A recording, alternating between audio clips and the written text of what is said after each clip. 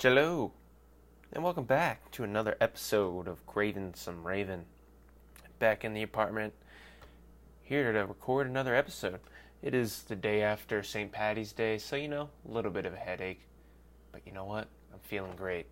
Took a shower, ate some food, feeling good. And not like the typical hangover food, greasy, nasty, cheesy, which is delicious, but that slows you down. Made a vegetable smoothie. Now I'm energized. Probably gonna shit halfway through this, because man, those things run through you. So, I'm just excited. I'm here to talk to you guys about some players that throughout the process, I'm starting to like a little bit more, or just getting to enjoy. Some players that I think you all should check out, maybe keep an eye out on. Maybe the Ravens should target them, because they come in all shapes and sizes and all different rounds of the draft of availability. Because I did a video like this before, but obviously lots changed. There's just more people I've seen. So I'm gonna give you, let's see, what do I got here? Like 1, 2, 3, 4, 5, 6, 7, just like 8 names that I didn't have on my other list. Some guys that I'd be totally cool with the Ravens drafting. Really, whatever round, as long as it makes sense, as long as the value's there. I don't go. If this guy, I think he's going to be like a dope 5th rounder, don't get him in the 1st round, obviously. But before I get into that, your boy's got to take care of some business. So this episode is brought to you by AOL.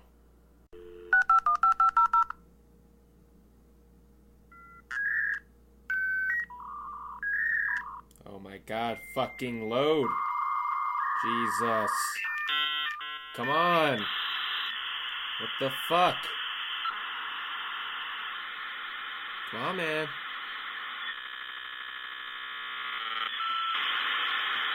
Are you kidding me? Welcome. You've got mail. Thank Well you, done. fucking Goodbye. Christ. God damn it. AOL. The late 90s and early 2000s were lit. Okay. What a great ad. Good stuff there. I think AOL is actually still a company. Like, they're still around. I don't know what they do, but they're still around for sure. So,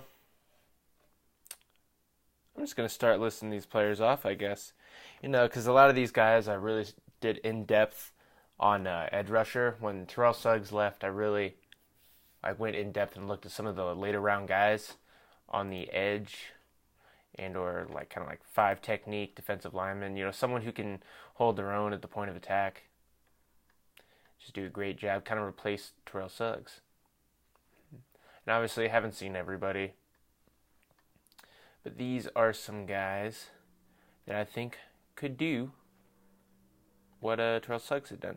Sorry, I'm trying to look at this thing real quick. All right, so first on my list, it's in no order, but I got this guy written down, Zach Allen out of Boston College. Now I think, like, when it comes to replacing Terrell Suggs, he's my favorite, because when I watched his tape, he looked like a white Terrell Suggs. I'm not lying. Like, he looked, the way he played, the exact same. He's very good, like, push the lineman up into the quarterback and then, maybe hit him with a rip move, smack the hands. But what really reminded me of Terrell Suggs was he would push off the lineman and then get into that flat and intercept the quarterback. And that's something Terrell Suggs did for us forever. And he got tons of interceptions that way.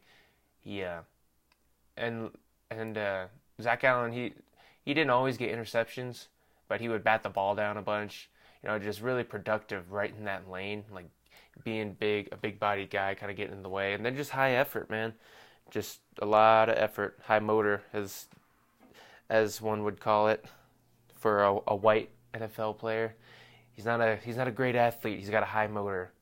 I remember seeing Terrell Suggs give an interview saying that. And then someone asked him, so what, you got a high motor or are you a hell of an athlete? He's like, I'm just a hell of an athlete. So I really do like Zach Allen, especially like if you watch him up against Clemson. Obviously Clemson versus Boston College. Clemson is the defending champs, or I guess at the time they were not yet champs. But obviously a very big gap in ability for those two teams. And he showed up. He batted a couple balls down, got a few sacks, just really disruptive the whole game. So I'm a huge fan of Zach Allen. If we can get him in the second round, if he's available, well, we don't have a second round pick. So if he's there in the third round, I think we have to take him. Like we just have to. So next guy on my list, I have Anthony Nelson, and he went to Iowa, and he's kind of like they have him listed as a 5 technique, but he's that 5 technique pass rush kind of guy. So like I said, I was looking at people who could replace Terrell Suggs, and I think he's not as like wide as Zach Allen. I think he's a little bit taller, a little bit thinner, but he uses technique very well. High motor guy. He doesn't get pushed around against the line. That's really what I was looking for in kind of these edge defenders, like trying to replace Terrell Suggs, is who is an immovable object. The offensive line ain't moving him. He controls what the O-lineman's doing. I think Anthony Nelson does a good job of that. I think he'll definitely be available in like the 4th, 5th round. So if you're talking value-wise, definitely going to be a higher value. Obviously not the high-end talent that I think Zach Allen possesses, but still very good, very similar players in the way they kind of stack up and rush the passer. Stack the O-line in the run game. Really toss the lineman aside and go make a play. Always in their spot, high motor guys. So another guy that I have written down here is basically the same player as Anthony Nelson. It's Chase Winovich out of Michigan. Yeah, Chase is just another one of these high motor guys. He's got that Harbaugh connection too, going from Jim Harbaugh to what would be John Harbaugh. Just excellent pass rush. I think he's better in pass rush than he is run blocking. Like I think with Anthony Nelson, he's a little bit better in the run game than he is pass rushing. And Zach Allen, I think he's equally good at both. But obviously, you're going to have to spend a higher draft pick to get him. I think Chase Winovich, he could be there in the fourth round. You're going to get a good quality guy who's going to get you some sacks and productions in the run game. I just really like him because obviously he's voted most likely to be Clay Matthews in disguise as a college player. You got to respect that flow. Yeah, that's why I really put him on this list. You got to respect that long flow. As someone with long hair, yeah, you gotta respect his blonde locks. So I think that kind of does it for D linemen, kind of those type dudes. See if I had anybody else. Actually, I thought nothing written down. There's another Kafusi in this draft. I haven't really looked at him, but he's 6'9". Holy fuck, he's bigger than Bronson. Yeah, I wonder if he's any good. He's probably just like Kafusi, just too big and physical for college. Did we cut Kafusi? I'm pretty sure we did. Like he didn't make the roster. Anyways, I'll save him for another time. So I was looking at some offensive linemen that I like. I have 2 written down that I would be okay with the Ravens drafting, and really these are kind of like 4th, 5th, 6th round guys. At least when I was doing some mock drafts, doing like a mock draft simulator using fanspeak.com, which is an excellent tool because it kind of gives you like a metric of how far people are going to go, and you can use like different big boards like around the internet. Like so they have like 10 different big boards that you can kind of pull from, so that's kind of how they get their rankings. And then you can use like different like draft kind of profiles. So it's really cool. Something to do. I'll probably do a video using that because I was watching a YouTube video live stream of Joe Nubo, and he was doing this, and I really like that format because I'm doing a 7th round mock draft. I'm just guessing who's gonna fall. So now, like after doing this a few times, I know kind of the range of some different players. So maybe I'll do another mock draft, and I'll just go off some mock drafts that I've done using the simulator. So some people that I liked, especially being able to get him so late, was left tackle Bobby Evans out of Oklahoma. Now they project him to be a guard. I don't know how. He looks like a little bit too big, but man, this dude is a fucking Hulk. He reminds me of Orlando Brown Jr. They're went to the same school, same body type. Huge and slow. So, as a guard, I know we do a lot of pulling. He might not work that well when pulling, but man, this dude, if he gets his hands on you, you ain't going nowhere. You ain't getting off this dude's mitts, and he's nasty too. He finishes blocks real well. Just real mean, nasty. If you're trying to go big on offensive line, he's someone you got to keep your eye on. And then also I had Ross Pierschbacher, and he's the center out of Alabama. So obviously, great pedigree, went to Alabama. Keep the pipeline coming. And I kept, when I was doing these drafts, he was still available in the 5th, 6th round. 5th. I would always try to get him in the 5th because that's kind of when his value is at his peak, and he usually didn't make it to the 6th round. He got drafted in the 6th round if I didn't take him in the 5th. He's just big, technically sound. Alabama, I think, had one of the best offensive lines. A little bit underrated. A little bit. Just overall in general, their offensive line. They seem to control the point of attack, game in and game out.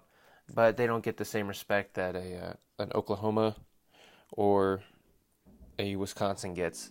So I really like what I saw from him, especially for that value. I know we do have Bradley Bozeman, who was Alabama's last center, and you saw how he outperformed his draft stock. And Ross Pierschbacher, he's actually a little bit bigger, and I think a little bit of a better pick than what he is. Also, as an earlier rounds kind of guy, I got some receivers written down here, just 2 of them. I kind of want to add to my names you got to watch. I got J.J. Arcega-Whiteside. I used to not be high on him just because I was thinking Lamar, the way he passes it, he doesn't pass to people who are peer covered. And J.J. Arcega-Whiteside is one of those typical dudes who just wins with his big body and hand-fighting skills. But I still believe Ravens should look for separation. But this guy, he does get separation. Watching his tape again, he comes from a basketball background. Both his parents, I think, played in Spain, professional basketball in Spain. So you can really tell, he takes his basketball skills to the football field. His short area quickness, starting his route, man, he's super quick and super short area quick, especially for how big he is, just like a basketball player. And then once the ball's in the air, he has elite hand fighting skills. Even if he doesn't catch the ball, he's getting pass interference calls called against him on the defense, because he knows what to do, and the defenders can't hang with him, especially matched up on a small corner. His game against, I think, San Diego, dude, 200 something yards, 3-4 touchdowns. It was fucking insane. So maybe you play him inside the slot, get on the smaller corner. I know we got Willie Snead, but there's no reason we can't put two slot receivers out there. Maybe even push Snead outside. I think Snead can work outside. Just to make sure that J.J. Arcega-Whiteside is matched up on the smaller defender. Because whenever he's matched up on a smaller defender, it's just throw it up to him. And I didn't like that style of wide receiver just because I didn't think Lamar was going to pass to him. But if you bring in a young guy, hopefully he'll learn with him. Hey, man, just throw it up to me right here. Put it on my outside shoulder. And he will learn that, hey, I'll go up and get it, or if not, he's going to get a pass interference call and we're going to, bring the ball down the field. Yeah, he just has, out of all of these big body, possession receivers that are coming out in this draft, I think, he lacks top end athleticism, but he more than makes up for it with his jump ball ability. It's better than anybody else's. That's for sure in this whole draft. You know, he's got the best, or I think he has the most. I saw on PFF, he had the most contested catches. And I'm talking about him for a while, just because I'm really liking him. You know, if we trade back, get a second round pick, or maybe even the first, man, because I really think what he does is going to translate. And I'm really a big fan of J.J. Arcega-Whiteside. I mean, right now, you know, maybe things will change. You know, he's just got great hands. You know, catches with his hands. You know, big mitts. So he just, once the ball hits him, they stick. And then just his ability to hand fight and go up and get the ball, which is something that doesn't always translates. But I think with him it will, just because he's so elite at it, so great with hand fighting while the ball's in the air. Like, I've never seen someone so polished in that, like coming out of college. At least these past few years that I've been like really following the draft, and I think you know he's ahead above everybody else in that department. So I think if you're trying to get someone who's not as athletic but can go up and get the ball, I think J.J. Arcega-Whiteside's the only guy that I'd be comfortable with getting, just because of that elite hand fighting skills. How many times I gotta say it, bro? And he's got a cool name, J.J. Arcega-Whiteside. You know, that's a bunch of syllables. Good dude. Yeah, and like I said, his parents, professional Spain. And I saw like an interview with him. Dude, he worked for Condoleezza Rice. Like, so he's smart, intelligent, great prospect. I just really think like the more and more I watch this tape, the more and more I think, man, I might have him higher than Hakeem Butler. I know Ravens fans, you're gonna be pissed about that. You're not gonna take the Baltimore kid? No, I think Hakeem Butler has a higher ceiling, but lower floor, and I think J.J. Arcega-Whiteside has a higher floor and a lower ceiling, less likely to miss on him. But you know, maybe they have. I don't know. J.J. Arcega-Whiteside's still got a huge ceiling.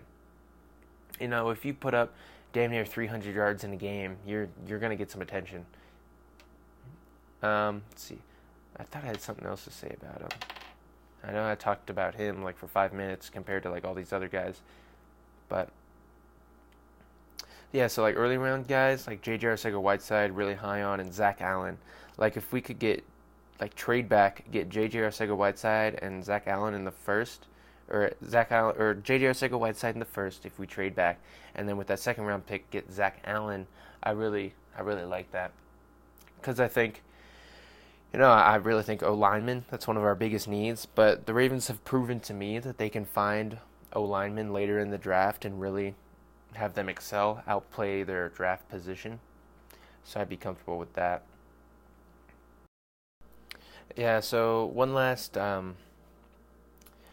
receiver that I wrote down here, Preston Williams out of Colorado. And I got turned on to him because I know Mel Kiper is really high on him. So, you know, you got Mel Kiper on your board, you know, or on your side. Does that mean he's good, or does that mean he's going to be a bust? I don't know. It just depends on how you see, how much opinion or how much weight you give Mel Kiper's opinion, you know. What do you think of him? But, you know, seeing his tape, you know, he's got number one wide receiver potential. He's got those traits, you know, big, fast, strong, good hands, excellent after the catch, you know, good yak production. And the thing about him is he went to Tennessee and he transferred to Colorado. I guess he wasn't getting enough playing time, but he was a 5-star recruit coming out, so he is hell of an athlete. I didn't see what he did at the combine. I could probably look that up, but oh well.